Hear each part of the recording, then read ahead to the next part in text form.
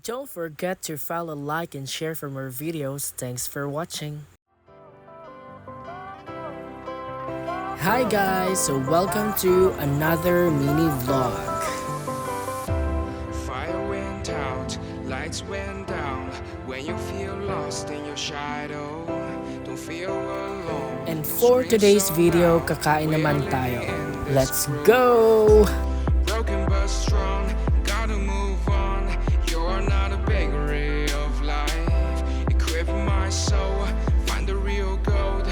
I'll fulfill what I started. And as you can see guys, nandito tayo ngayon sa Tongyang Iloilo para masubukan ang kanilang masasarap na handog. Tara at samahan niyo ako sa paglilibot sa aming dining experience dito sa Tongyang. Well, una sa ating listahan ang buffet experience dito sa Tongyang. Makakapili ka ng iba't ibang klase ng pagkain. Kahit anong hilig mo, siguradong may makikita kang magugustuhan mo dito.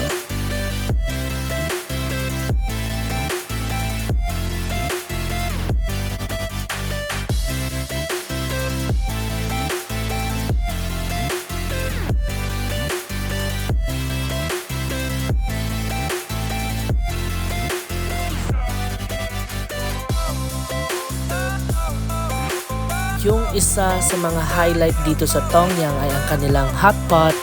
Pwede kang pumili ng mga fresh na ingredients at pwede mo rin i-customize ang iyong own hot pot.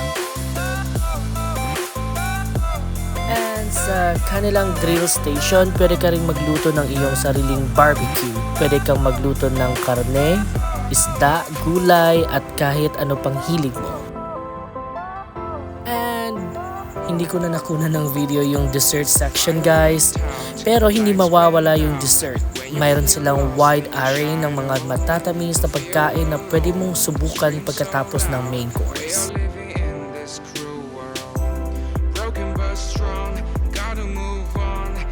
Kaya guys, kung nagugutom kayo at hanap mo ang masarap na experience, dito ka na pumunta sa Tongyang Iloilo, ang tamang lugar para sa iyo. Well, that's all for today. Hope to see you on my next mini vlog. Bye for now.